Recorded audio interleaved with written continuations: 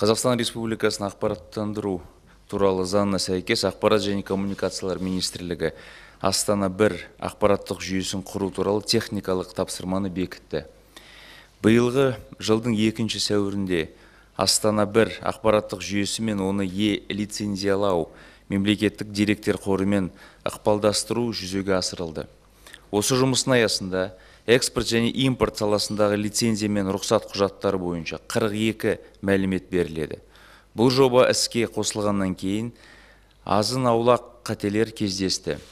Алайда қазір аталған қателер лицензиялау мемлекеттік деректер қорынан және Астана 1 ақпараттық жүйесі тарапынан да толық жойылды. Сонымен қатар, мемлекетіміздің аумағына радиоэлектрондық және жоғары жіліктегі құралдарды әкелуге қорытынды және импортқа лицензия беруге ыңғайлы қылу мақсатында жол картасы әзірленіп бекітілді. Жол картасы келесі жұмыстарды оңтайландырады. Біріншіден, қызмет көрсету мерзімі 26 жұмыс күнінен 8 жұмыс күніне дейін қысқартады. Екіншіден, талап етілетін құжаттар санын азайтады. Үшіншісі, атқарылатын жұмысты толық автоматтандыруға дейін көшуді көздейді. 2017 жылдың соңында Мемлекеттік кірістер комитеті Астана 1 ақпараттық жүйесінің электрондық қызметін толық енгізуге байланысты арнайы сұраныс жолдады. Онда байланыс арналарының ішкі және сыртқы пункттарын өткізу қабілетін ұлғайту туралы айтылған. Осылайша Астана 1 ақпараттық жүйесінің жұмыс істеу үшін 119 нысанға IP VPN байланыс каналдары қолданылады. Олардың 48-і әкімшілік, ал 71-і кеден бекеттермен пайдаланады. Яғни 63 кеден бекеті жердегі байланыс каналы арқылы, 8 кеден бекеті спутниктік байланыс арқылы қосылған.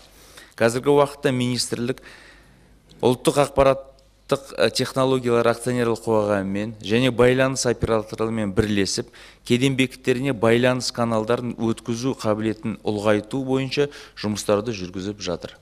Осылайша 18 жылы 12 кеден бекетіндегі байланыс ұлғайтылды.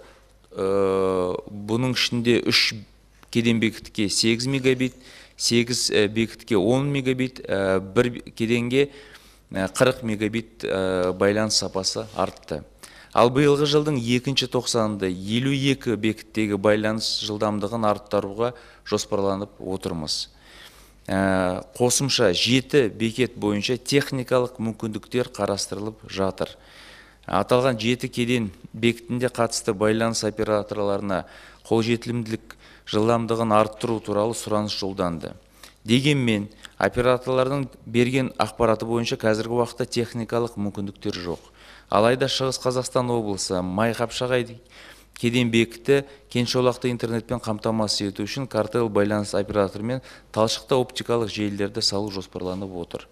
Осы орайда 37 нысанда, соның ішінде 22 кеден бекетінің мекен жайлары мен қызмет көрсету статустарын өзектіру қажет екендігін атап өткім келеді.